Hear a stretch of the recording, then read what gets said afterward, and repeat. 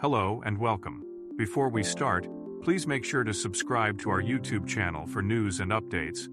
As everyone settles into their post-Labor Day routines, it's a good time for investors to reflect on markets and review their financial plans for the rest of the year. August began with the sharpest market declines in 2 years, but major indices have rebounded, with the S&P 500 only a fraction of a percent from its all-time high. The Federal Reserve is widely expected to announce its first rate cut at its September 18th meeting, which has caused interest rates to stabilize in recent weeks. Inflation remains on a downward trajectory, and the broader economy remains strong. So while September is beginning with additional market uncertainty, it's important for investors to maintain perspective. Markets have rebounded over the past month. In particular, investors should always be prepared for volatility, especially with possible market-moving events in the coming months.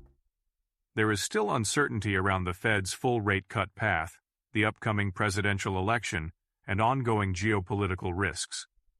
What lessons can investors learn from the past few months as they navigate these events and focus on their long-term financial goals?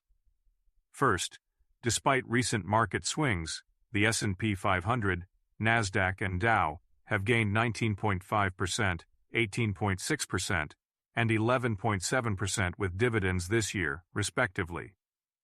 The S&P 500 has experienced only 2 periods of sustained pullbacks this year, with the largest decline measuring 8%, below the historical average. The stabilization in the stock market has shifted investor focus back to fundamental factors, particularly corporate earnings.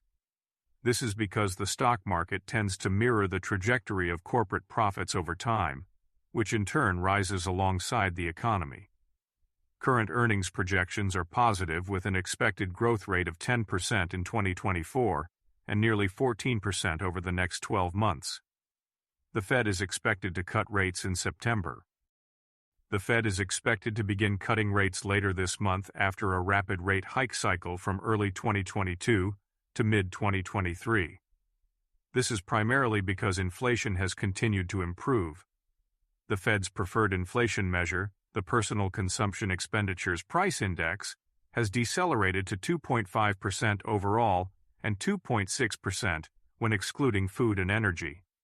Similarly, the headline Consumer Price Index has fallen to only 2.9% year-over-year, with the core index declining to 3.2%.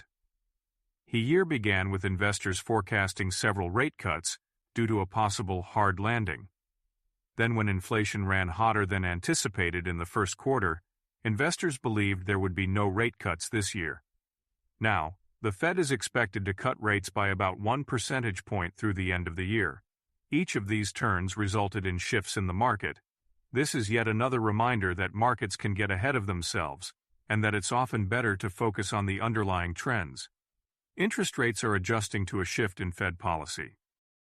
With Fed rate cuts approaching, market-based interest rates have adjusted as well. As the accompanying chart shows, not only have yields moved lower, especially on the short end of the curve, but the yield curve is no longer inverted.